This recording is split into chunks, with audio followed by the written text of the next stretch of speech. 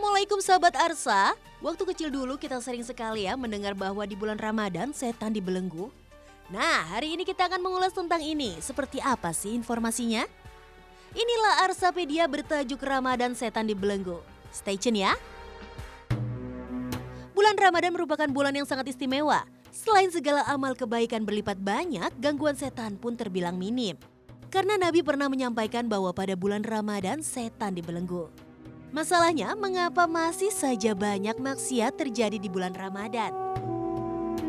Memang Nabi Shallallahu Alaihi Wasallam telah bersabda, apabila Ramadan tiba, pintu surga dibuka, pintu neraka ditutup, dan setan dibelenggu. HR Bukhari dan Muslim.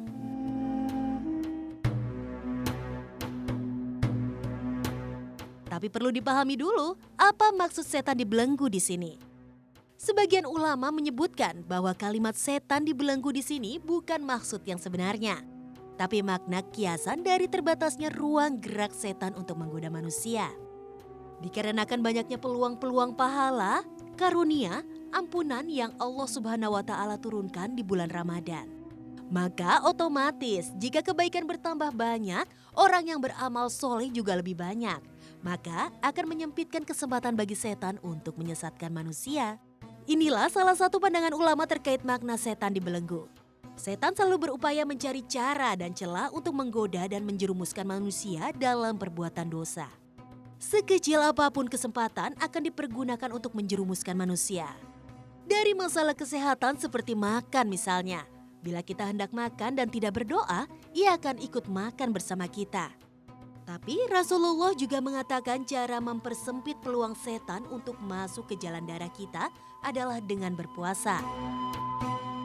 Sebagaimana yang dijelaskan oleh Rasulullah Shallallahu Alaihi Wasallam dalam sabdanya, sesungguhnya setan itu menyusup dalam aliran darah anak Adam, maka persempitlah jalan masuknya dengan lapar puasa. HR Bukhari dan Muslim. Jadi puasa akan mempersempit jalan masuk setan ke dalam tubuh manusia sehingga ia tidak bisa leluasa menggoda dan menyesatkan.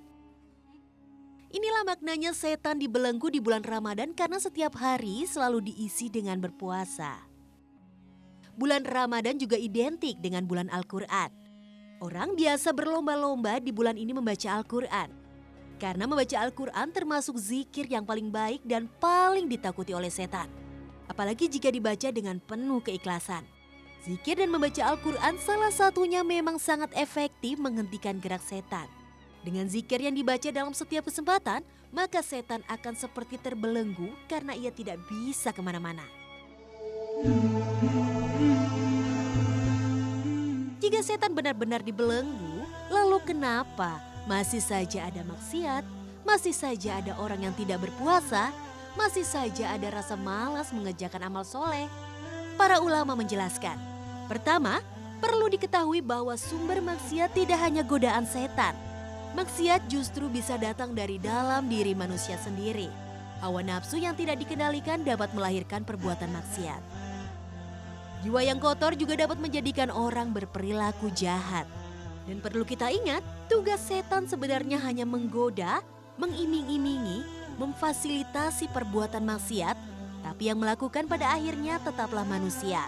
Sehingga untuk itulah manusia di akhirat kelak akan dimintai pertanggungjawaban atas perbuatannya.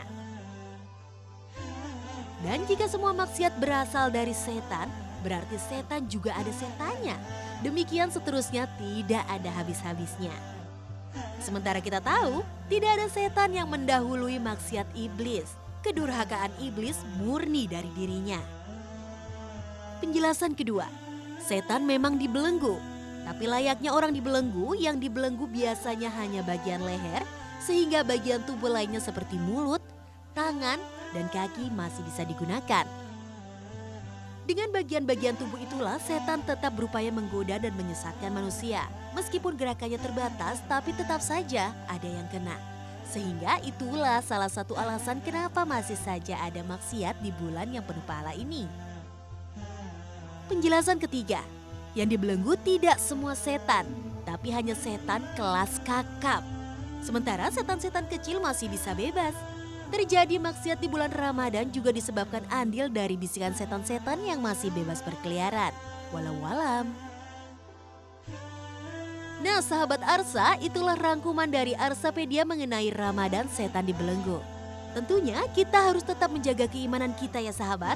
Mudah-mudahan informasi ini bisa menjadi pedoman kita untuk tetap menjaga diri selama bulan puasa. Sampai jumpa di materi Arsapedia berikutnya ya. Salam.